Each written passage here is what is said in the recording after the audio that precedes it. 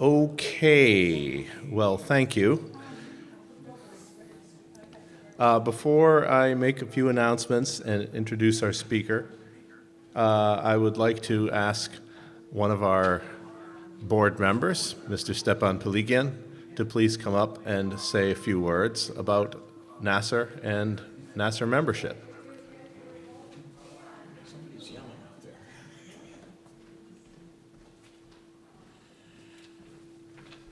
Good evening. First of all, we'd like to thank everyone for attending in person and also on Zoom. I have a rhetorical question I'd like to ask the audience tonight, which is, do you enjoy this type of programming? Do you find that this adds value to not just the community, but to your lives? If you do, one of the requests that we have is that you consider membership in the organization. Now, Nasser, as many of you may know, is a completely nonprofit organization that is dependent on the generosity of individuals and events for its budget. And our budget has increased. And these programs are a large part of our public activity, and we offer them without cost. What we rely on is your participation as a member. Now, what does membership mean? There's two sides to that coin. Obviously, there are benefits for you because now you have some skin in the game, as they would say. You become a vested part of the organization in its decision-making, in its processes, in its programs. The other side of it is that we get the benefit of your participation. You know, it goes beyond financial. If you look on the Nasser website, you'll see that there are a variety of financial commitments you can make, from very, very modest to joining to all the way up to what we call our leadership circle. We would ask that you consider this because not just for the financial commitment that you would make, but also it allows us to engage a broader and more diverse part of the community. You'll notice out in the hallway, perhaps on your way in or on your way out, there's a table there that has brochures and information about that. I would encourage you to do that. For those of you that are members, we thank you. And for those that aren't, we would encourage you. Thank you.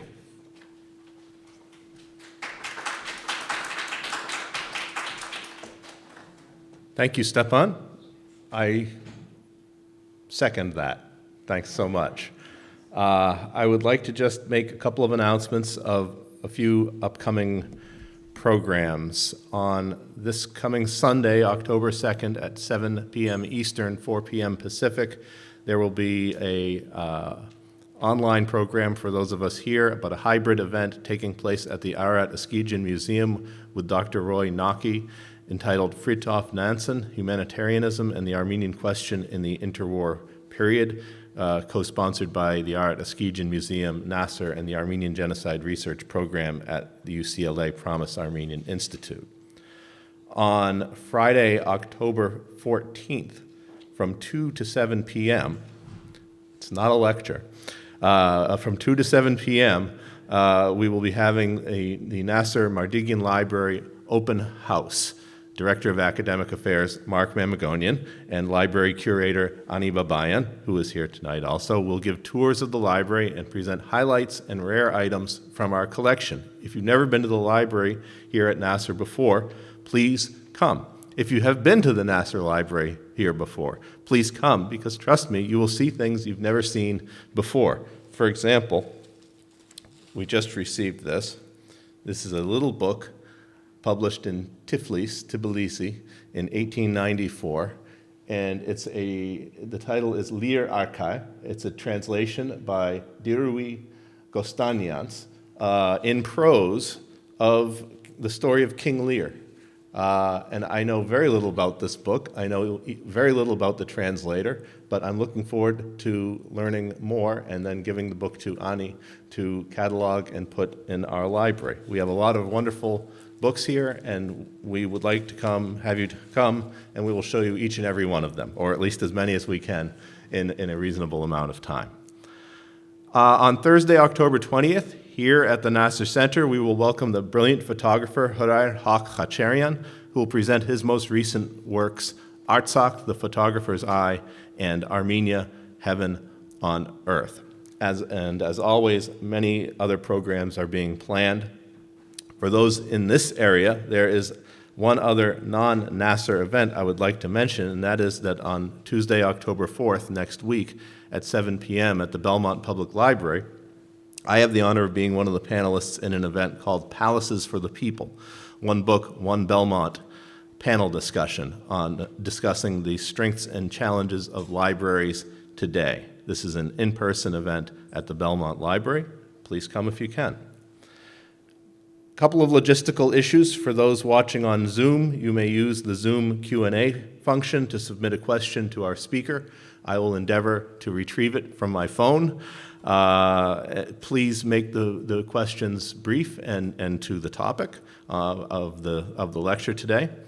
And to those watching online or with us here in person, we would welcome your feedback on our programs. Did you enjoy it? Did it meet your expectations? Would you like to see more like it? Any suggestions? Send us an email at hq@nasser.org and, be nice. Now, about tonight's program, which is Nasser's third annual Charles B. Garabedian Lecture.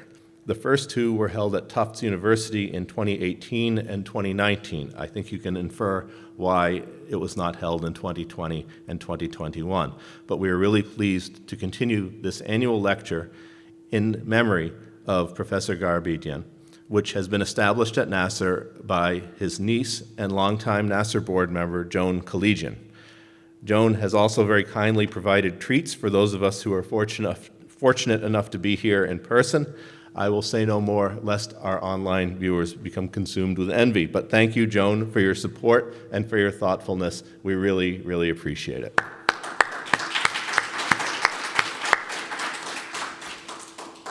Now, a little bit about Professor Garabedian. He was born in 1917, died in 1991. Was born in Everett, Massachusetts, and graduated from Everett High School and Tufts University. He attended Harvard Law School and graduated from Boston University Law School. During World War II, he served in the Office of Strategic Services, and in the late 1940s, he began his teaching career at Suffolk University Law School. His expertise was in tort litigation and damages, which he taught continuously at the Suffolk University for over 40 years. And at the time of his death, he was the senior faculty professor at Suffolk University Law School. And the speaker who will present this year's Charles Garabedian Lecture is very well known to us, a frequent and greatly valued participant here as speaker, moderator, and organizer of a number of our lectures and programs on contemporary topics over the past several years. Anna Ohanyan is the Richard B. Finnegan Distinguished Professor of Political Science and International Relations at Stonehill College, a non-resident senior scholar at the Carnegie Endowment for International Peace, Russia and Eurasia program, and a two-time Fulbright scholar to the South Caucasus. Professor Ohanyan founded the Global Development and Security Studies program at Stonehill and served as the chair of the Political Science and International Studies Department from 2014 to 2017. She's the 2022 recipient this year of the Michael Horn Award for Distinguished Faculty Scholarship at Stonehill, and she is a member of the Nasser Board of Directors. Anna has authored and co-authored 5 books, including Armenia's Velvet Revolution, Authoritarian Decline and Civil Resistance in a Multipolar World, 2020, Russia Abroad, Driving Regional Fracture in Post-Communist Eurasia and Beyond, 2018, and Networked Regionalism as Conflict Management, 2015. Each time she speaks, we know it is going to be a high energy and informative presentation, so we look forward tonight to her talk drawing on her most recent book, The Neighborhood Effect, The Imperial Roots of Regional Fracture in Eurasia, published last month by Stanford University Press. Anna.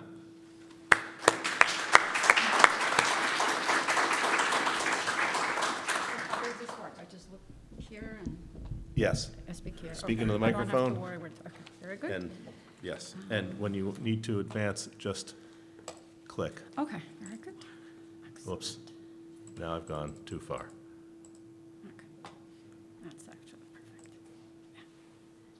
So I move Lower with the this, microphone, right? yes. I move with this, okay. With the red button, right? Just click. Okay.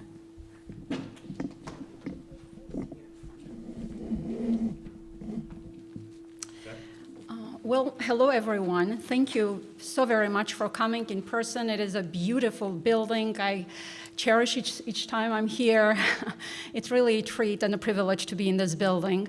A little hint to those of you watching over Zoom, try to make, if you're local, try to join us in person next time. And big thanks to, it's actually an honor to speak in Charles Garabedian Speaker Series.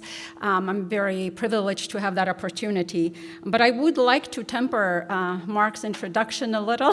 Thank you very much for that, such generous introduction. My 11-year-old today was telling me that she wants a dog, but she needs to convince my husband to get a dog. Then she says, well, Mommy, you wrote 5 books. I think you should convince Daddy. To which I said, well, if I was any good at convincing, I probably wouldn't need to write 5 books. 1 would have sufficed. So let me just tell you as to why I wrote those books and where I arrived with this particular book. I started looking at the regional dimension of conflicts for a while now, but when I was working on, first I looked at the regional dimension of politics as a solution, really being rather naive at looking at the experience of the European Union, how wonderful, how amazing the European experiment has been in pacifying a pretty violent continent. Very quickly, I then looked at the example of the Balkan region as how regional approaches were applied as conflict management strategy. But the more I dug, the more I realized that actually it's not that regionalism is both part of the problem as well as the solution. So when I did an edited volume on Russia abroad, essentially it was a collection. I work with a really highly experienced team of area experts, experts on Central Asia, the South Caucasus, the Balkans, Ukraine. This came out in 2018. And what we argued in that volume is that Russia, the Kremlin, has been using fracturing, deliberate fracturing, undoing of existing regional ties to project global influence. As we finished this, I started thinking, well, is it a new strategy? And as I started digging, I realized that actually this phenomenon of regional fracturing might have imperial roots. So hence the imperial dimension in this book. But the second question I was asking, is it just Russia who is engaged in this mischievous, to put it mildly, foreign policy adventurism and fracturing regions to project influence, and whether that's deliberate or by design, and hence the book has a comparative perspective, comparative approach. It is a book that looks at the end of the 19th and early 20th century Eurasia, focusing on the Habsburg Empire, the Ottoman Empire, and the Russian Empire, but mostly highlighting specific regions in each of these empires, which are currently regions of armed conflict. So essentially, I'm trying to examine and investigate whether the pattern of connectivity in these imperial peripheries has anything to do that these regions are stuck in rather protracted cycles of conflict. And why is it that some of those imperial peripheries have emerged from the end of the Cold War rather peacefully? Eastern Europe and the Baltics. So those are some of the questions that I was asking when I started looking at this research. This is actually, these are just charts from various databases. My favorite is the Uppsala conflict database, but Uppsala University, but that database was down, so I actually, these are not the best charts I could have produced. The ones in red are states in war. And what is really explicit is that the conflicts tend to have regional formations. And indeed, there is a lot of political science scholarship that argues that yes, both peace and conflict tend to spill over. Both democracy and authoritarianism tend to spill over. And those regional mechanisms are not sufficiently understood. So this is, again, the darker the blue, it signifies a conflict. And as you can tell, this is also, most of the conflicts are in sub-Saharan sub-Saharan Africa, but also you could see parts of Eurasia as well. What I would don't try to read this chart. No need. It's from the book. I'm just going to explain it as to essentially. I populated the cases, and I might not get to all of them. Actually, I will not be getting to all of them. Let me start by trying to justify this research project. The one question I'm answering, a very specific question that I'm trying to answer in this book is, how do regions pacify? When you travel to Armenia, Georgia, you always hear this sense of defeat, that this is such a difficult neighborhood. We're doomed, it's doom and gloom, and indeed it's doom and gloom. These are tough neighborhoods. But at the same time, as I look at the scholarship and the case studies of numerous regional politics, I realize that that peaceful regions are essentially need to be cultivated, that there are certain conditions that lead to that. Some of the more obvious ones are, of course, democracy, democratizations. As countries democratize internally, it helps to democratize and pacify the region. But of course, that's easier said than done. There must be other things happening, and we can't just wait and hope that Azerbaijan needs to democratize for Armenia to have its peace, or Turkey to find its back to the modicum of democracy that it had, or Russia with the current challenges, to put it mildly, that it's having in Ukraine, will need to find its wits and finally try to modernize and establish basic structures of plurality. Moreover, there would have been a very Eurocentric approach to answering that question. Much of the scholarship on comparative regionalism argues that essentially as you read that literature, you come away thinking that to live in a peaceful region, you have to be democratic, you have to be industrialized, you have to be rich, and that this peaceful region is a luxury. And as the historical dive, the imperial lens in this book, essentially is showing me, at least I convinced myself, I don't know if I'll convince anyone else, that it is not so. That peaceful regions are not the privilege of the rich, are not the privilege of the Europeans, and that there is a lot more going on. Now, in terms of looking at, also continuing, trying to answer this question as to why it is important to understand how regions pacify. This particular moment, and I'm sure I'm speaking to a learned crowd, so I don't have to tell you that the Eurasian continent, as we speak, is going through some pretty significant tectonic shifts when it comes to geopolitics. I don't have to tell you that the post-Cold War lull seem to be coming to an end. That you hear from scholars and analysts that this rules-based world order is fraying. And what does this mean is that everyone is looking for we still are looking, everyone in the Eurasian continent, those particularly living in conflict regions, is looking for stability, assurance, and the type of assurance that had existed during the Cold War. And I wonder, I would argue that this period of top-down security provision, this big security provided by great powers, sure and stable and sustainable, that we might be ending an end to that period. And I hope that, for better or for worse, actually, that I'm wrong. But I do think that security needs to be found from multiple levels, and that's the argument I will make as we move forward. Looking around the world with this weakening rules-based world order, many are worried. Are we going to be back to feudalism, countries invading each other? But if you look at the world, those regions that have modicum of structures of regional governance, they're probably going to navigate the great power rivalry quite effectively. Southeast Asia, many parts of Latin America, where state-to-state war has disappeared. Much of the violence is domestic and comes from criminality.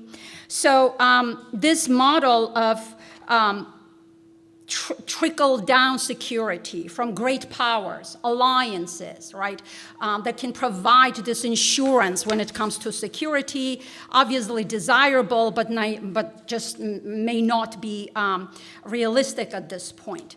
Political science theories so far there is a vast scholarship that will argue that on the one hand, regions will pacify if you have two major hegemonic powers that will balance each other out. So essentially, this is sort of like a negative peace. You don't have a working relationship, but the modicum of stability is provided because, let's say, Russia and Turkey have guns on each other's heads, and that helps to provide stability. Another approach has been that regions will pacify. There's the European path. If you promote democracy, if there is a democratic breakthrough, there are democratic clusters, and the states are weak. This also, obviously, there's a lot of research to substantiate that. I'm not debating that, disputing that. However, that approach, as I argue in the book, is problematic. Because for two reasons. Number one, with the end of the post-Cold War period, there is a bifurcation of the relationship between the great powers and the smaller wars, the smaller nations, right? With the end of the Cold War, we were told that, and everyone marveled how peaceful the collapse of the Soviet Union was, and how at the end of the Cold War was peaceful and the great powers did not clash. But in parallel, there was a string of quote-unquote small wars peppering the Eurasian continent. And yet, the theory has never reconciled these various levels of violence, which I try to do in this book.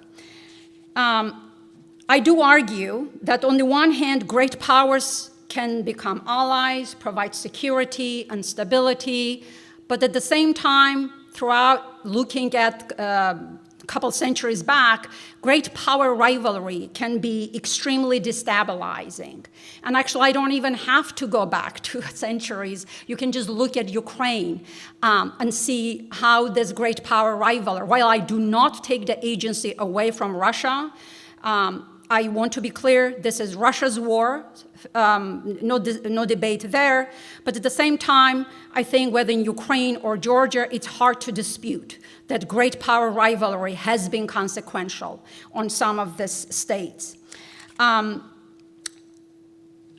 So what I argue in this book is that global level great power rivalry, bigger players, interacts quite deeply with local actors. If we look at imperial systems, imperial metropoles and the peripheries are co-constituted.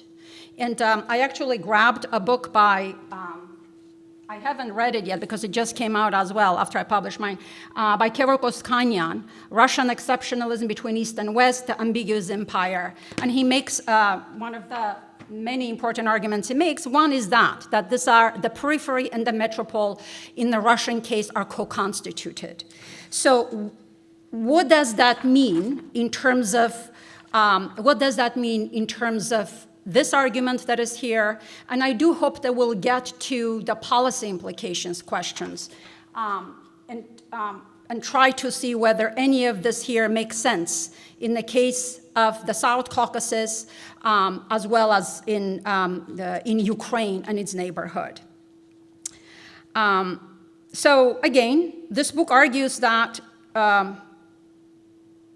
the post-Soviet wars, with the collapse of the Soviet Union, the post-Soviet wars was essentially the term used to describe these wars, whether it's the Nagorno-Karabakh conflict, South Ossetia, Abkhazia, Transnistria.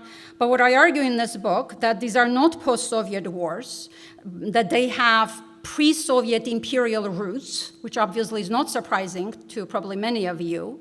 But what has been missing so far is a theoretical approach to explain how do these imperial roots still reverberate in contemporary armed conflicts?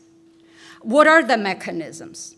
So the Eurocentric argument is that The reason that regions don't pacify is because they are made of weak states. To build a strong region, engage in state building, democratize, and we'll all live happily ever after. What I argue is that imperial roots of state weakness need to be factored in. There is a reason that the states are weak, and some of the reasons are imperial. That the roots of the smaller states, whether it's Armenia, Georgia, Azerbaijan, Ukraine, Moldova, that the weakness of the states with the end of the Cold War partly have to do with the patterns of connectivity when they were peripheries in large, coercive, and very violent empires, whether it's the Habsburg, Habsburg Empire was a little bit different, Ottoman or Russian. I do argue that, so two concepts I will use, regional resilience, regional fracture. I'll explain, and I'll promise I'm not gonna bore you. I'm gonna try to not to be too jargony. I tend to do that. I do have students, I'm hoping, watching this. I hope to be clear for them as well. So within this moment of weakening liberal rules-based world order, how do peaceful and war-prone formations emerge? What can we do about it? Importantly, this question is very specific for the Eurasian continent. This continent is so promising, but it also has so much peril in it as well. It has been by Mackinder, like historians, geographers, dating back 100 years ago, have described this as a supercontinent. If you win this, essentially, if you control, this is the heart of the world. If you control Eurasia, you will have the world. More contemporary scholars, economists have described this as supercontinent, simply because of the great potential that this continent has if it figures out a way of integrating. Regional resiliency, I will argue, is a key stepping stone towards continental stability. And this probably is not a popular argument to make right now, with the West now very much focused on the Eastern Europe, Russia doing whatever it is doing. So it's very difficult to resist the pressure, the fracture that is being imposed on this continent. Now, the neighborhood effect is the organizing concept of this book. It refers to the way geographically contiguous units, whether contemporary states or ethno-religious communities in imperial peripheries, relate to each other. It is developed to capture the nature of the regional fabric in such spaces. Within imperial peripheries, it refers to societal connectivity between religious groups, ethno-religious groups. Whether such connectivity, the civic ties, are bonding or bridging, matters. Bonding refers to strong ties within a specific group, just Armenians hanging out together, or Georgians hanging out together. Bridging refers to connections and ties across ethno-religious groups, Armenians and Georgians hanging out together. Turns out for pacifying regions, these bridging connections do matter, both in contemporary politics as well as in pre-colonial Africa. I was surprised to find out. The neighborhood effect approach developed here highlights that in those imperial peripheries at the end of 19th and early 20th century, with bridging civic ties, the great power rivalry at the time over these regions was muted and managed. So with this argument, I distinguish between fractured regions, resilient regions. Obviously, in fractured regions, you did not have a lot of organizations, a lot of connections, and you did not have connections across ethno-religious lines. And as such, these weak communities were a lot more vulnerable to attack from the imperial center, right, as well as the neighboring powers. The second takeaway, but I will not be talking about the second argument, is a conflict theory which challenges this narrative of post-Soviet wars in the Eurasian continent, and it offers a framework to explain as to how imperial legacies shape contemporary patterns of armed conflict.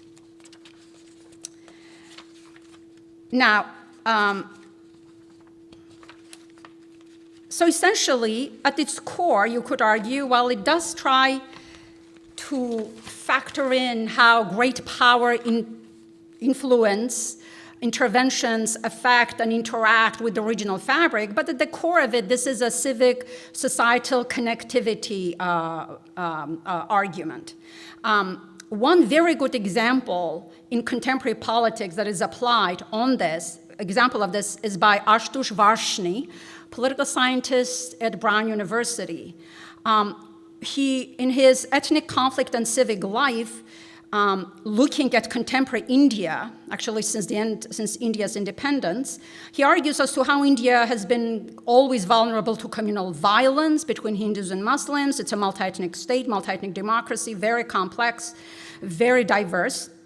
But he actually showed that those neighborhoods where there were this intersecting, bridging social capital, civic ties, those neighborhoods actually stay out, succeeded, remained peaceful when pressures, violent pressures were coming from the center, whether it's criminal gangs teaming up with politicians, while those neighborhoods where those connections were not bridging, but bonding, everyone essentially hang out with their group, those communities were a lot more vulnerable to violence and stressors of violence coming from the center.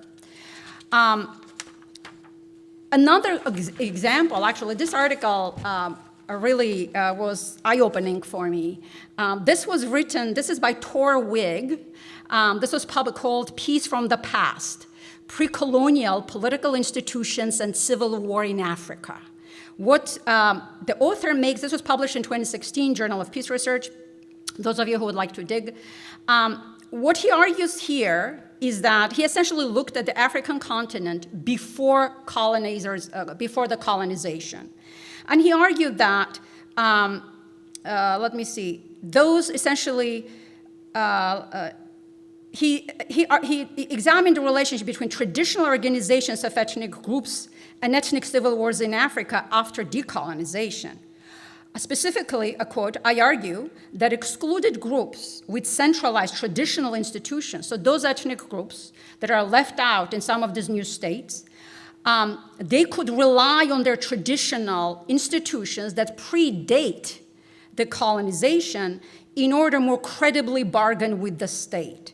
And he showed that in such cases where these traditional institutions, this connectivity, was present, these regions succeeded in staying out of the armed conflict that devastated the continent after decolonization. You might also have heard that the civic ties, social capital, it's a concept that is used to describe, for example, the strength of democracies in the context that has been applied in the context of United States, all right? To Tocqueville, when he visited US, pointed out the strength of associations in America, right? Robert Putnam, professor at Harvard, has been writing a lot about social capital, arguing the importance of birdwatching associations, professional groups, parent committees. National Association for Armenian Studies and Research is another example, that the strength of democracy comes from these specific communities.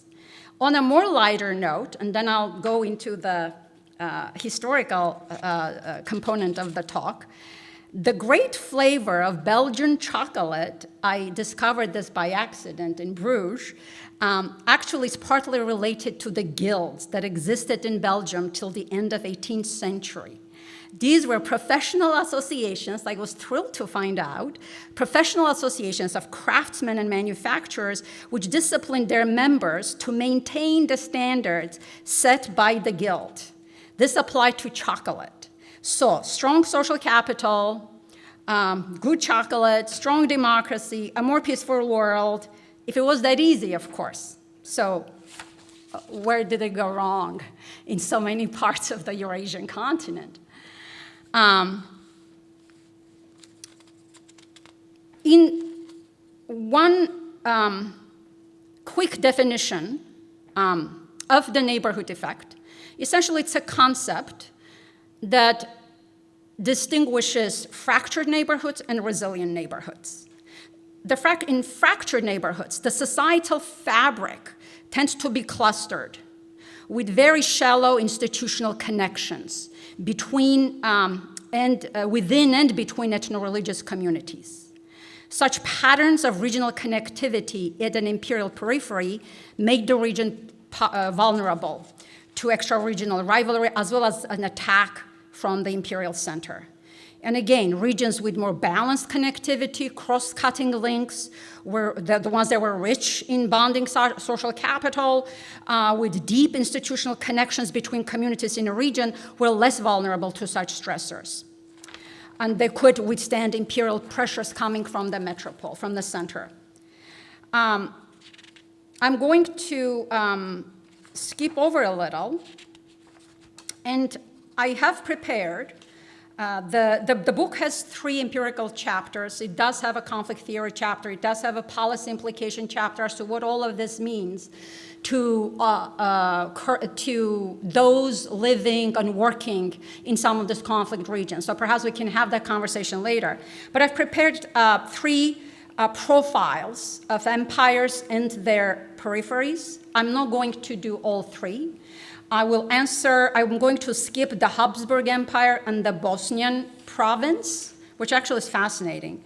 I'll talk about the Russian Empire, the Russian Empire, and the Transcaucasia as a province, and then as a periphery, political periphery, and the Ottoman Empire and Eastern Anatolia as a political periphery. And by the way, as I was looking at the Ottoman Empire, I'm not a genocide scholar. Lerna is here, so if any questions on that, we have an expert here. But I was surprised to find out the implications of this regional connectivity on explaining genocidal violence as well. These are just a little bit of detour I made, but I would be curious as to what genocide scholars would make of it. Now, the Russian Empire, all empires, all 3 empires, at least the ones I've studied, the Habsburg, the Russian, and the Ottoman, they're all stressed to manage the pressures of centralization and modernization, right?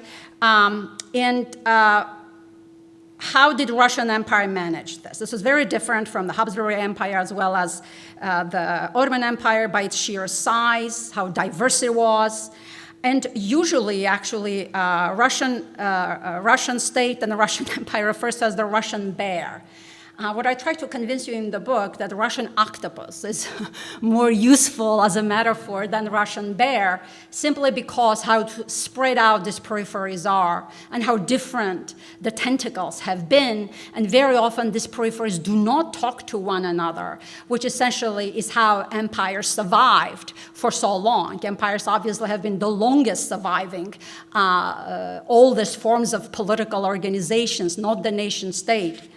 Now, the octopus view of the Russian Empire from the vantage point of its provinces revealed 2 challenges in imperial governance specific to Russia. So Russia had this challenge of territorial expansion versus institutional consolidation. The more territory it took, and territorial expansion has been a signature approach, instrument in providing security, as understood by the Kremlin. It's ironic that we see this happening today in Ukraine, right? Again, Russia is talking about annexation. Kremlin probably already announced this territory, the 4 regions in Ukraine as part of Russia after the fake referendums. But the more territory Russia took, the harder it became to consolidate them institutionally, right? So this refers to the challenge of building functional institutions of imperial governance over vast imperial territories. Territorial size for Russia is a liability. Territorial expansion was a signature instrument of its governance and imperial statecraft, and again, as exhibited in Ukraine today. The second challenge was centralization without participation. So Russia was trying to centralize its government, but it didn't want to also provide participation and representation for the peripheries. But that's very difficult to do. Centralizing without representative politics endangers the effectiveness of centralization as a governance. So this was the second challenge for Russia. Centralization meant standardizing relations with peripheries. Traditionally, for centuries, the Russian Tsars tolerated a broad autonomy for their newly acquired territories. But there were periods when such tolerance evaporated. When centralizing and standardizing, the imperial center gave up differential contracting with the peripheries, which on its own was a powerful strategy in managing the empire. So you can't have both ways. Centralizing without participation from the peripheries created unrest and pushback from them, and the Polish question is an example. The empire's fear of ethno-religious mobilization in the peripheries partly explains why the modern forms of the 19th century were limited to the core reforms. Reforms at that time were limited to the core Russian lands. Ronald Sunny has been writing a lot on this, and I've relied on his scholarship extensively. In Ukrainian lands, the geopolitical rivalry over Ukraine between Habsburg and the Russian Empire settled with the three partitions of the Polish-Lithuanian Commonwealth. Let me actually skip over, but the region's internal patterns, but geopolitical stability, rivalry actually settled after the partitions. What really mattered is that region's internal patterns of connectivity, they emerged as important. Civic traditions and institutions started diverging on both sides of Ukraine. One was left in the Russian Empire, the other one in the Habsburg Empire. And against this backdrop, it is significant that the Soviet dissolution did not result in clashes and conflicts between Ukraine and Poland, despite the historical tensions between them in both Habsburg and the Russian empires. This non-event is important when analyzed relative to the outbreak of conflict in the Donbas region in eastern Ukraine, which really illustrates that the Donbas conflict was artificially imposed, that the Russian factor was actually, this was not an organic conflict. You can't compare it to Nagorno-Karabakh. It did not erupt, it did not emerge, there was no movement. Let me skip over a little bit more, because chances are I'm short on time. Let's spend some time on Transcaucasia. This was fascinating research, and I would like to credit Huri Berberian's Roving Revolutionaries book. I'm here today to talk about my book, but I do want to highlight this really amazing books that Nasser Bookstore, by the way, carries them. So within Transcaucasia, I'm going to need my glasses, sorry.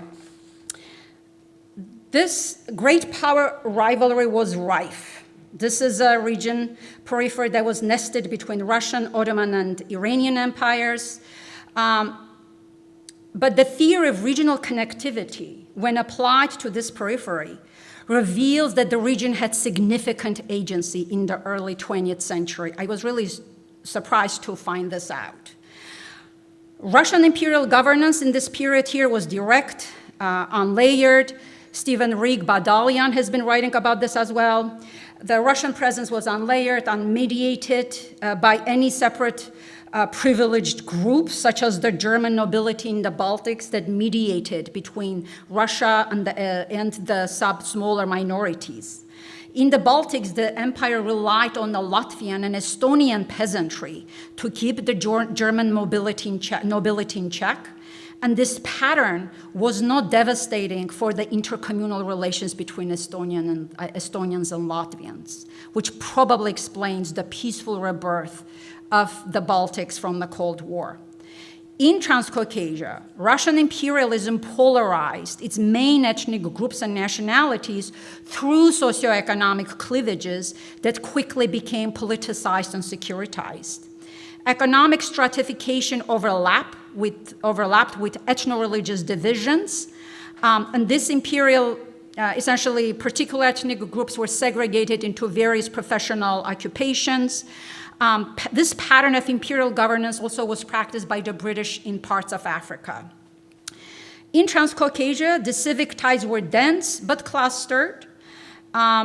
There were no formal institutions at the end of the 19th century where bridging ties between various ethnic groups would form. Remember that Russia delayed prevented for the peripheries to have the zemstva, to have participatory institutions, to have parliamentary politics, which in the case of the Habsburg Empire is important because those existing parliamentary institutions provided a forum for various ethno-religious groups to come together and bargain and manage their conflicts through institutional forums. Still, even though these connections were not many, Huri Berberian's work demonstrates that the revolutionary parties in the region were actually quite dense and globally deployed, perpetually crisscrossing rivalrous imperial spaces. These groups spread revolutionary ideas, challenged autocratic imperial governance. They transcended national divisions in multiple ways. There was organizational resilience at a regional level in periods between the collapse of the Russian Empire and the reconstitution to the Soviet Union. But this period was very short-lived. It is in this period that Transcaucasian Democratic TDRF, oh my gosh, I'm blanking, Transcaucasian Democratic Federation, oh my gosh, TDRF. Well, yeah, lasted only 2 months. And there's not much research on this, but it's dismissed as insignificant because it lasted only 2 months, but it did not come out of thin air. It actually culminated decades-long political activity between these different ethnic groups and political parties that they represented. So there was civic depth in this region, as exemplified by the various political platforms among the parties in the Armenian, Azerbaijani, and the Georgian communities. Bolsheviks commanded little influence over the region. Most political parties hoped for reforming the empire rather than seceding from it. Throughout 1917, Transcaucasia was blanketed with deeply deliberative and diverse spaces of political activity. The dominant trend in the Transcaucasus was towards self-governance, representation, and democracy within a reformed multinational state. So let me spend some time on the Ottoman Empire, and I will stop. Yeah? How did the Ottoman Empire manage the pressures for centralization and modernization and its relations with political peripheries? Well, throughout the 18th and 19th centuries, it didn't, to put it simply. The millet system was the signature approach to managing multi-ethnicity in the empire. This amounted to, and actually the millet system is credited as a way of managing multi-ethnic coexistence. This amounted to confessional tolerance, and it was highly transactional as opposed to institutionalized. This was transactional in nature of imperial governance, and it was informal and deeply networked. The millet system amounted to this transactional coexistence under Muslim hegemony, so it was heavily stratified, right? This system proved a liability as soon as the imperial center tried to centralize and modernize its relations with the peripheries. Fatma Müge-Göçek's work is really informative here in understanding these relationships. The millet system managed the empire's ethno-religious plurality, but it also created political hierarchy and institutional segregation between various groups. The implications for regional connectivity were direct. These arrangements fostered bonding capital with formal political institutions lacking to cross them. There were no parliaments. It was an authoritarian throughout much of its existence, in contrast to the Habsburg Empire. And there were no spaces for bridging social capital to emerge. Daily interactions between various communities don't have the same effect as institutional ones. The system allowed for ad hoc negotiations and management of relations between the imperial center and various social forces and regions, but it ended up producing highly clustered connectivity in the peripheries with very limited social capital within ethno-religious communities. Once the empire tried to centralize and standardize its imperial governance, regionally fractured peripheries became expressed and started to play out quite quickly. Now, the impact of these arrangements on Eastern Anatolia, and I refer to this as the predatory periphery, because it does stand out in terms of violence being used as a form of governance. Eastern Anatolia was subject to inter-imperial competition in late 19th and early 20th century, and its regional fabric was one of clustered nature with largely bonding ties with few bridging connections. So this fractured regional fabric made the region vulnerable to great power competition, especially from Russia. How did Eastern Anatolia evolve to turn into a violent vortex in the Ottoman Empire? This approach recognized the geopolitical competition. I do agree with that, yes. But this approach challenges theories that ascribe determinist power to such forces. Instead, the regional connectivity approach developed here argues that the imperial center was responsible in fraying the regional fabric directly and indirectly, which only heightened the power rivalry. Political peripheries here can produce global outcomes. Margins matter, as I always write in my scholarship in regionalism. A major blow to the regional connectivity in Eastern Anatolia came as a result of institutional erosion of large Kurdish governance units, emirates. Kurdish communities were left with tribes, much in smaller sizes, and they wielded less political power than their predecessors. This development deteriorated the security for both the Kurdish and the Christian communities in the periphery, because it only centralized institutions that are able to bargain credibly, effectively, as it was also observed in parts of the African continent. Within the Ottoman Empire and Eastern Anatolia, regional fracture was practiced by default and by design.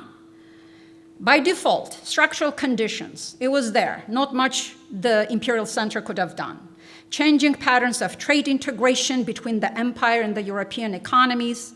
Armenian communities, for example, were better integrated with the global economy, parts of the Armenian communities, for instance, because they were not integrated domestically. So that created a cleavage right there.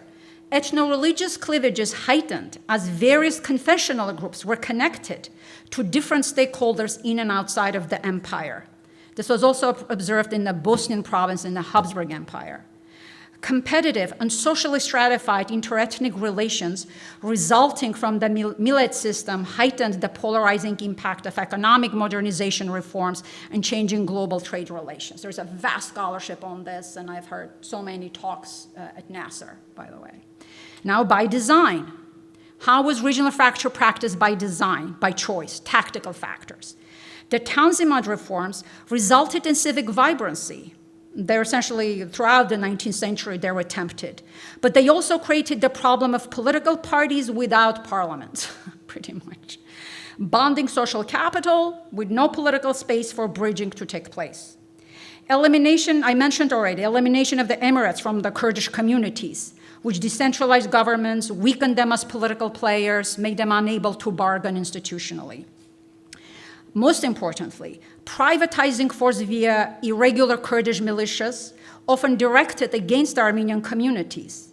This was also incentivized by the land grabs, the agrarian reforms at the time in the Armenian communities.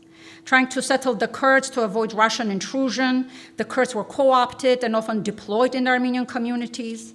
So the pre-existing millet system and ethno-religious stratification only fueled this fracture in Eastern Anatolia. Now, a little note on for the genocide scholarship. This comparative regional approach, I quote from the book in page 147, this comparative regional approach to the study of the peripheries of the Ottoman Empire relative to other empires and their peripheries engages the question of the inevitability of violent collapse and illustrates the singularity of the genocidal violence in Eastern Anatolia, meaning to say that this is where the empire was headed, but at the same time, other empires did not experience this. There was a reason they were governed differently.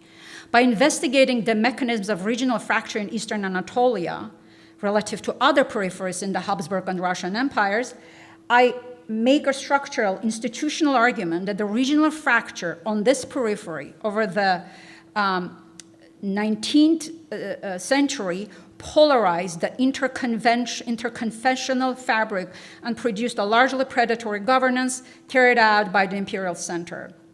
This political region was characterized by low and clustered connectivity, by overt fracture throughout much of the period under study. And it's because of this weakness in the periphery that the communities were not able to resist the violent attacks, violent pressures, the use of violence as governance coming from the imperial center, as well as the great power competition. Few words on so-called imperial regionalism in the Ottoman Empire. Taxation without representation. This was fascinating. Some of these things are so familiar to you. But looking at it from the regional lens, a different picture is emerging. Tax collection was supported by deeply regional institutions throughout much of the history of the Ottoman Empire. Tax farming was a fiscal instrument used by the elites in the 19th century and beyond to give private groups subcontracted by the states to lease or engage in tax farming and pay the state a sum of money. Barkey, who has been writing on the Ottoman Empire a lot, argued that tax farming rewired center-periphery relations by creating regional power bases and an infrastructure of decentralization in the empire. She refers to these systems as regional governance regimes. Yes, this was an example of how networked, informal, regionalized imperial governance coexisted with attempts to centralize imperial governance. But once centralization efforts started, these regional centers were viewed as a threat. The regional system had limited impact on imperial governance because they were networked and transactional, and the regional connectivity was one of clustered connectivity under Muslim dominance. Again, this was very reminiscent of the British governance in parts of Africa. Let me conclude just a few notes on policy recommendations. Essentially, connectivity matters. Civic peace is important. Local actors have agency. Grand geopolitical theories have limited explanation of regional politics. Top-down approaches to trying to look for security alone are not sufficient. Deterrence is not security. Especially in the 21st century, we need to be looking for multi-level forms of producing, building security systems in some of these conflict regions. And I have a section here in that chapter titled, "Something There Is That Doesn't Love a Wall," that you will recognize the title of the poem. It refers to underutilized regional statecraft in fractured regions as a broad policy problem in these conflict regions. Fortress politics, I call it, dominates the policy zeitgeist. It reinforced vectors of global multilateralism, often at the expense of regional integration arrangements. Political drivers of multilateralism have done little to support regional political connections. Clusters of democracy should be supported as they emerge, I wrote in the book, and President Biden seems to agree. We can talk about that. Aspirant regional hegemons need to be vigorously confronted, I wrote in the book. Forces of regional decentralization need to be incentivized. Regional institutions of governance and security order should be cultivated. Of course, easier said than done. And I'll stop here, ready to be grilled, ready to collect questions. Yeah.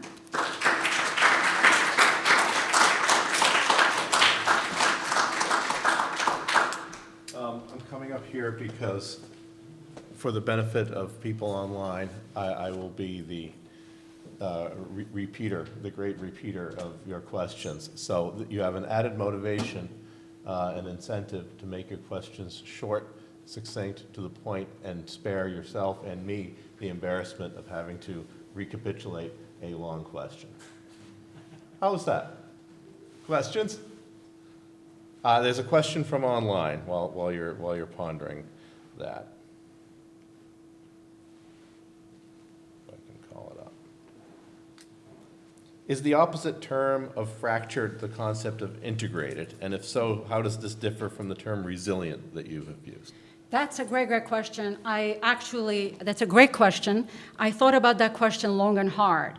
Regional integration refers to describe the European approach, the Eurocentric approach of region building, assuming that economies have to be integrated, that strong regions are strong because they have strong regional institutions that are integrated. But if you look at many parts of contemporary, parts of Latin America that has a lot of regional institutions, as well as Southeast Asia, institutional density actually is not common in all of these regions, even though they're regionally quite engaged. And moreover, resiliency I opted not to use regional integration, but to use resiliency, because resiliency refers, number one, to this connectivity, and the resilience is the opposite of fracture. So integration is not the opposite of fracture. So the two continuum of this neighborhood effect, regional connectivity, are the fracture and the resiliency. Because if you have this high level of connectivity that is bonding and dense, when there are stressors, these connections are resilient. They recreate communities, which is why I opted for this word, resiliency. Very good, very, very good question. Yes, Girard. Did you look at China growing as a world power and how the last 20 years at least, not the last 3 years, they tried to manage their growth differently than all the imperial examples that were there? Did you look at that at all? Yeah, I have been, I have to restate the question. sorry. The question is regarding China and its different manner of growth and managing that growth. That's a very important question, Girard. I actually, when I wrote The Russia Abroad, in one of the book talks, I was asked whether I looked at East Asia as a fractured region with North Korea and South Korea. I haven't looked at East Asia and China in particular. I do study China, but largely in terms of its approach to security provision, some of the markers that it's a very different power than from Russia. It says it does not meddle in, it respects territorial integrity, but it's also very shy in getting into conflict management, right? So the big question on China, rising China, is whether it will whether it will develop a doctrine of conflict management. But as to how China relates to its neighborhood, I have not studied closely. I have not, the answer is no. I have not studied as well as the imperial history. But I've looked at China in how it approaches some of the conflict regions, how currently largely paid attention to Russia-China relationships, how China is hedging when it comes to Ukraine. On the one hand, getting Russia's resources, but also increasingly finding itself in crosshairs between the sanctions regime that are applied on Russia, as well as trying not to alienate Russia. But I think I need to go back to Stonehill, ask for funds, and go to China, do some really good fieldwork on it. Yes, Larna. Thank you, Anna. Congratulations. Thank you. I don't know if it's a fair question or not, or it might be one of the empirical cases that I haven't read the book yet, but I was wondering about Yugoslavia, like how your theory applies to the making of the place and its unmaking. Yeah. Such violence, especially in terms of, it had regions that come from both Habsburg and Ottoman empires, and also the fact that I assume there were a lot of bridging. Yeah. Yeah, actually, the profile that I skipped, Habsburg Empire and the Bosnian province, it's fascinating. Habsburg Empire, in contrast to the Ottoman and the Russian Empire, obviously it was a lot more representative, a lot more democratic and liberal. By late mid-19th century, 1860s, there was the split, right? There was sort of the Hungary was elevated to a status equal to Austria within the empire, Austro-Hungarian Empire. So overall, there were parliamentary institutions. When you read that scholarship, it's fascinating. We need parliamentary debates. People are talking about how minorities need to be able to access civil administration reforms in their own language. It was like mind-blowing in 19th century. But when it comes to the Bosnian province, This was annexed by the Habsburg Empire from the Ottoman Empire 1870s. And essentially, all the reforms in the rest of the empire were not extended to the Bosnian province. The empire tried to, quote unquote, modernize from top down. Very long story short, these types of parliamentary institutions were not created. The fractured fabric that the province inherited from the Ottoman Empire, with similar dynamics as in the Eastern Anatolia, were baked into the Bosnian province, which became part of the Austro-Hungarian Empire. So by the time constitutionalism, Bosnian constitution was introduced, there was an attempt to do it. It was after 1903. And there was just not enough time for these formal institutions to mature, so the existing bonding social capital to form bridges. It was too late. I mean, the World War I, and the research stops there. But yeah, I mean, Bosnian province is fascinating in the contrast of the overall representative and liberal Habsburg Empire, particularly compared to the Ottoman Empire and the Russian Empire. There's a question from online regarding your research into the Ottoman Empire. What were your primary sources regarding the Kurdish communities and their relationship to the Armenian communities that you discussed? I actually looked a lot specifically on the Kurdish and Armenian communities, but there are no primary sources here. This is not a historical book. I'm not a historian, right? So these are all secondary sources. There is a fabulous scholarship here on this subject. Janet Klein, I believe, wrote a lot on I'm forgetting the title of the book, specifically on the Kurdish community, the agrarian reform. There are several other ones, so it's all cited in the bibliography, but there is a fascinating literature, but not enough specifically about Armenian-Kurdish relations. Right. There's just not enough. I'm looking for it. There needs to be a lot more. Yeah. Yes. Yeah. Yes, Judy. Yes, thank you. I wanted to ask about the changes that are happening currently between the Armenians and the Georgians, due to the recent war, the Russian war against the Ukraine. How is that impacting their relationship? Because there has been a lot of conflict between Georgia and Armenia, and is any of that changing? So the question is about regional conflict and the impact on the Armenian and Georgian people. Every chance I get, whenever I have Georgians in the room, I specifically make this point, that Georgians are such important players. They're a small state like Armenia, they're stakeholder in territorial integrity, that they do need to take regional ownership. Georgian diplomacy so far, lately, since Armenia's Velvet Revolution, it has been a little bit more active. There's a lot more deepening of the ties for sure.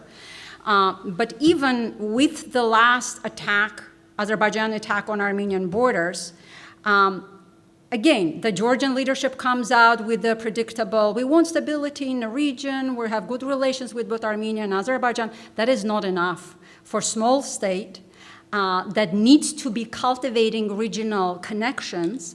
And small states scholarship actually is rich with this. Small states have to be doing day and night this thing called normative entrepreneurship, norm entrepreneurship. Georgians and Armenians need to be talking about this. Territorial integrity is important. Obviously, before this, the common answer when you would raise the Georgians taking the lead in regional ownership, creating, cultivating links, has been, the structure of the Nagorno-Karabakh conflict and Abkhazia, Ossetia are different, right? So we have different interests. So essentially, they're looking at the region only from the prism of the armed conflicts. From the unresolved conflicts. But the bigger questions of this regional statecraft, moreover, the Georgian quote-unquote European path, on the one hand, I find it not dangerous, but at the very least, let me say, I'm puzzled by it. And I'm sounding patronizing, I should not be doing it, but let me tell you why. When this is so institutionalized in Georgian diplomacy, right? We're on the European track, we don't want to have anything to do with this region, we'll be just fine. This fortress politics that I talk about, Georgia is a good example for this. When you declare European path, you seem to be saying that democracy is a European product. but democracy is deeply rooted in these minorities. For them to survive, Georgians and Armenians had to be engaged in self-governance. This is a very deeply democratic value. And essentially, when declaring a democratic path, number one, you seem to be disowning your political, obviously they are not doing that, but it seems to signal that we don't have any legacy of democracy. It's the European path we're looking at, number one. Number two, even now, I think I find it very dangerous when democratic transitions are linked to great powers. I once was giving an interview to BBC right when the Ukrainian war was about, it didn't break out, it was just negotiations were not working. And the interviewer is asking, so what should the Ukrainians do? It's like, they're democratizing, they need to be going to Europe. I said, well, no, you need to disentangle that. You don't have to pick a side, east or west, that only introduces geopolitical rivalry to your domestic politics. But at the same time, we'll see how things move from here on. I think Russia is becoming a very unpredictable actor. The fact that up until now, Armenia's democratic system, Armenia's had experienced a democratic breakthrough in Russia's authoritarian orbit is significant. I'm not surprised at Russian restraint, right? But we'll see how Russia will behave from here on. There's a lot of things to monitor. But yeah, I think Georgians, as well as Armenian government, I'm not talking about Azerbaijan, it has all kinds of other problems. Georgians and Armenian elite need to develop crisp language what regional ownership is, what regional stability is. Right now, only Aliyev talks about regional stability, and he has a very warped understanding of regional stability, which he explains by we're going to get rid of this community, right? We don't going to even recognize any status, which actually this research demonstrates that you actually need to support every community, every civic ties that you can get. That's how you build a region from bottom up. Let's go, oh, yes, Bob. Thanks, Mark. Great intro. I was really looking forward to being here tonight, and really glad I came because this concept is so delicate and fragile, and it's something that you can't just like think about for 5 seconds and move on, because that Millet system created a subjugated population, and we don't think of ourselves as a subjugated population, but in fact we had no representation, as you said earlier. And so I was trying to go back and then think about somebody who represented an idea of good government from Armenian history. All I could come up with sitting here was Crimean hiring, and that didn't last very long. So I think the work that you're doing is uncovering an area that's really overlooked. And, it takes time to learn about how to cultivate, social networking through capitalism and entrepreneurship and regionalization, but it's so interesting that the rest of the world has followed. Like even Kurds had some kind of representation through the Emirates, I think. Yeah. And so, I mean, there were examples of the Ottoman Empire, working on a platform that looked for coexistence. Yes. Yeah. With representation, but I don't know of an instance where Armenians. We were successful socioeconomically, educationally, but we never thought about a system that would help us, perpetually in that networking agenda. Yeah.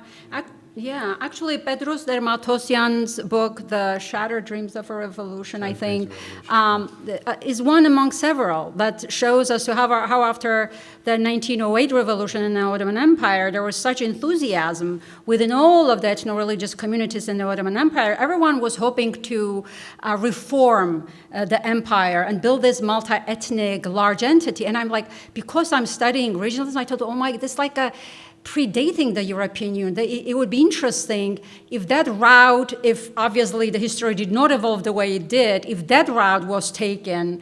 And you see the same discourse in the case of in Transcaucasia. Huri Berberian's work also demonstrates that. IRF and all the other groups they were not talking about secession. They were talking about reforming the Russian Empire, which I thought was fascinating. So if you look at that from the perspective of current contemporary globalization, where the search, we're talking about lowering after World War II, right?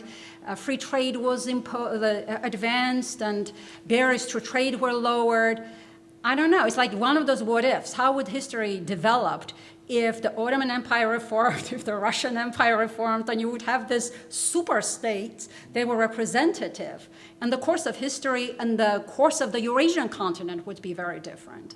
All we would have needed is a level playing field, and we couldn't get to that. Yeah. We still can't. To what extent do you talk about Ottoman Armenians' embrace of and attempts to promote constitutionalism in the Ottoman Empire in the 19th and early 20th century? Quite substantially, but again, I don't have any primary research, so I'm relying on everything that has been produced, and there's substantial that is produced that demonstrates this. There was significant energy and effort between these revolutionary groups in modernizing the empires, partly because the nation state and independence would have been too alien, perhaps. There were such voices as well. But if you read the Roving Revolutionaries, some of the ideas that were being circulated, federalism, some really, really progressive ideas that were in circulation.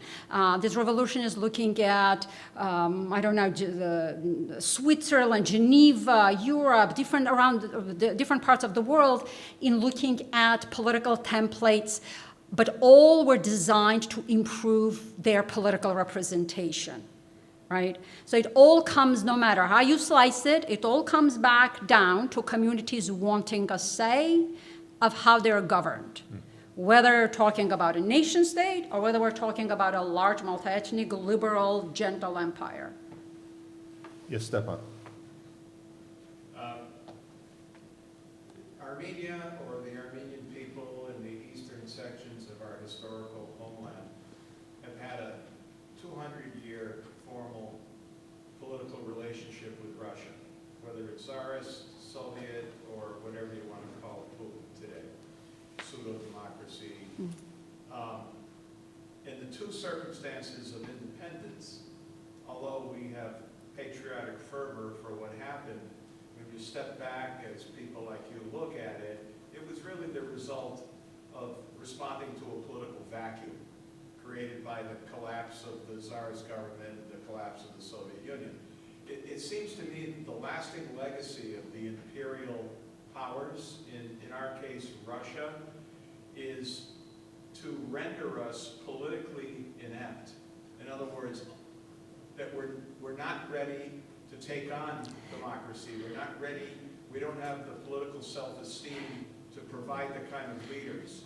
That part of the manipulation is to keep us subordinated politically so that we don't produce the kind of leadership and thinking and confidence that we can emerge. Even though the political vacuum creates the opportunity, we're ill prepared. And it seems like history repeats itself there. But that's, to me, one of the lasting legacies of why we have so much conflict in the post-imperial era, is that these nations are ill-equipped to govern themselves. The Balkans, the Yugoslavia examples, the Caucasus, the Middle East, all legacies of British and French imperialism, and the conflicts are still going on today. So could you comment on that? Am I off base, or is there You're some spot on. substance there? It seems like Armenia is caught in this loop of, we're not big enough, we have this psychological dependency on Russia, whether we want to or not. Let me start from, in short, I fully agree, you nailed it. But let me zoom out a little. Daron Acemoglu has been writing a lot about how different colonial imperial imprints, imperial forms of governance have had different legacies around the world, right? He has produced such scholarship on it.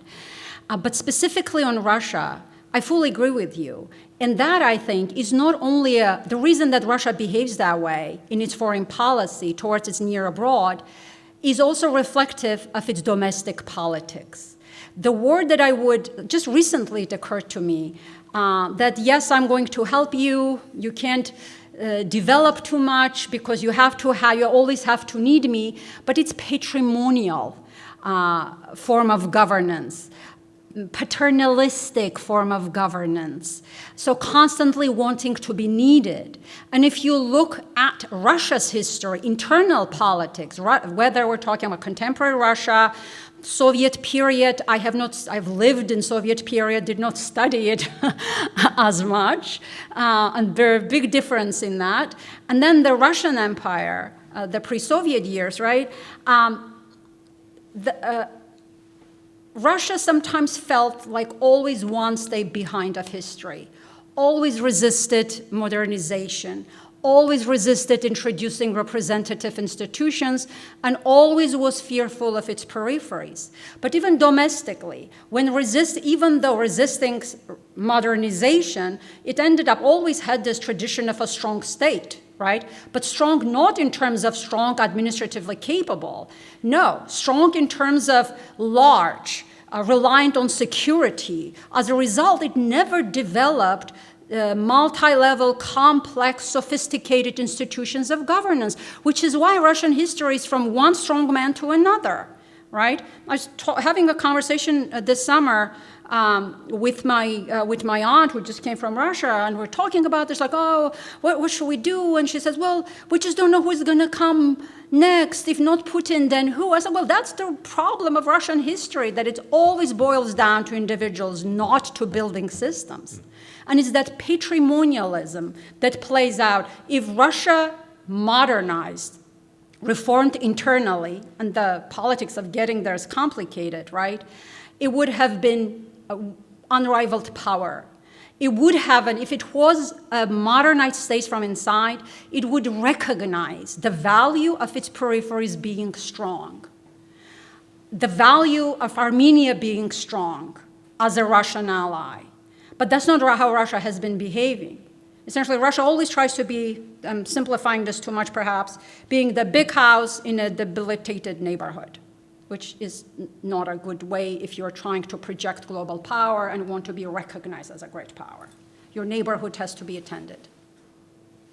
Yes, Jeff. Jeff? Todd. Todd. So I have more of a kind of a historical question, but I think it sums up things that you've mentioned here and there. And so I'm thinking of 1917 and the Russian Revolution, but also this idea of the circulation of revolutionary ideas in the region, and this kind of entangled history, and these interconnected kind of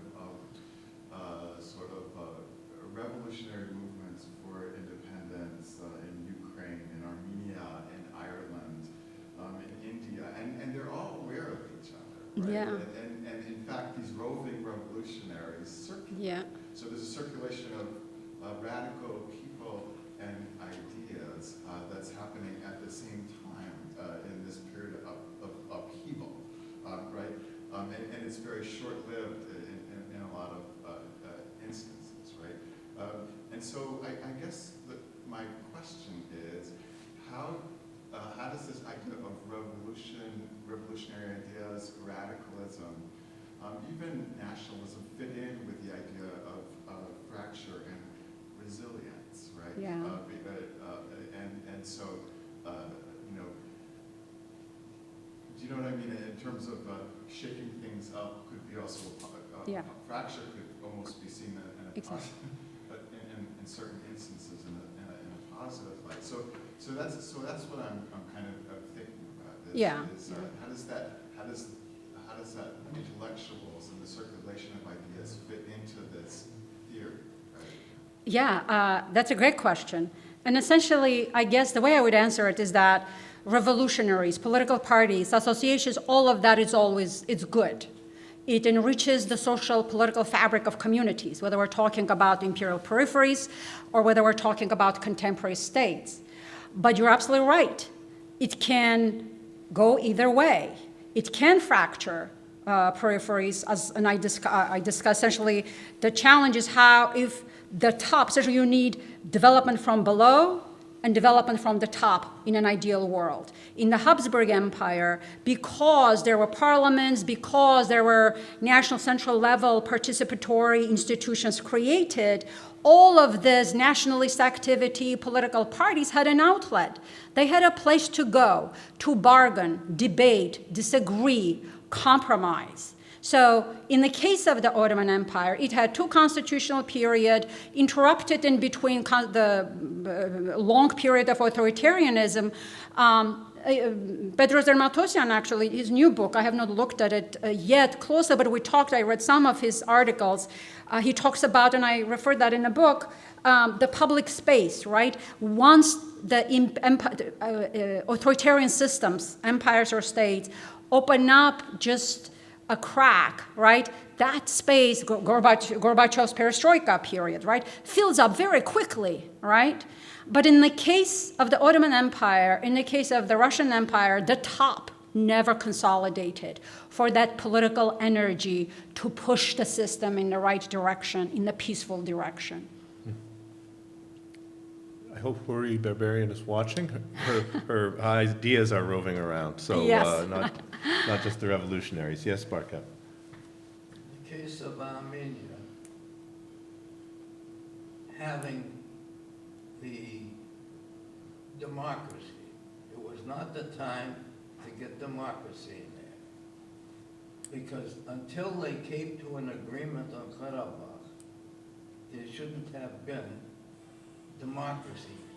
I swear he was planted in there to weaken the Armenian government.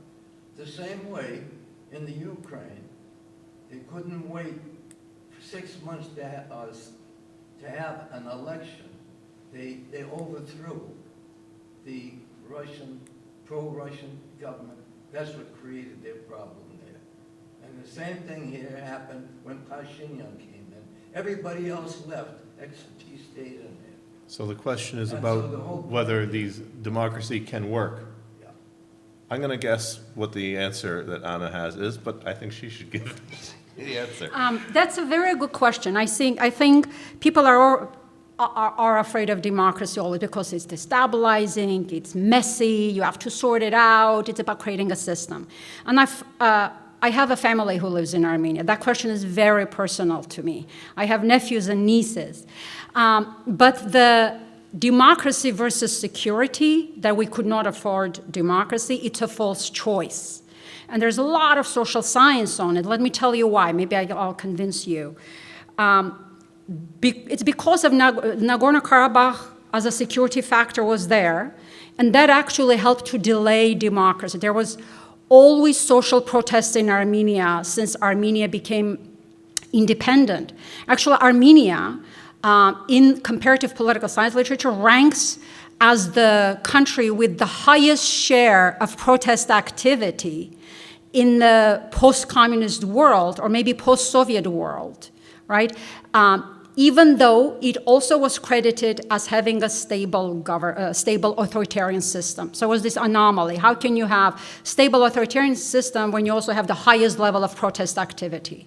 Pashinyan was not the first protester or the revolutionary, and it was not even a revolution because they did not challenge the system. But for a small nation, security comes from democracy. If you don't have democracy, forget about security, forget about your statehood.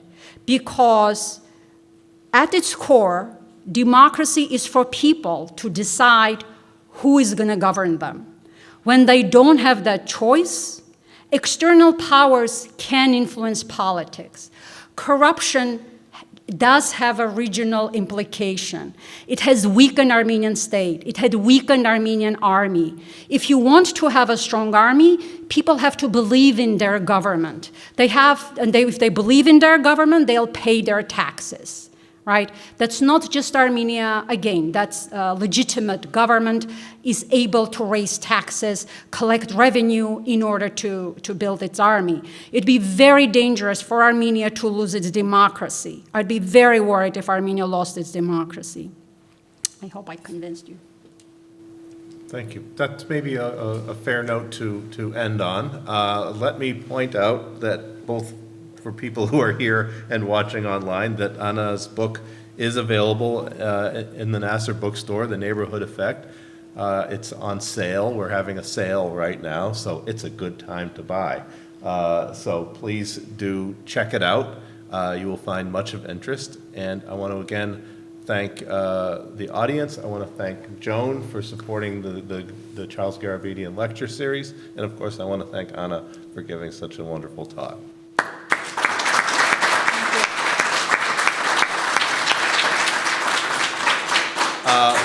Once again, your feedback is welcome. Get in touch and let us know what you think. Have a good evening.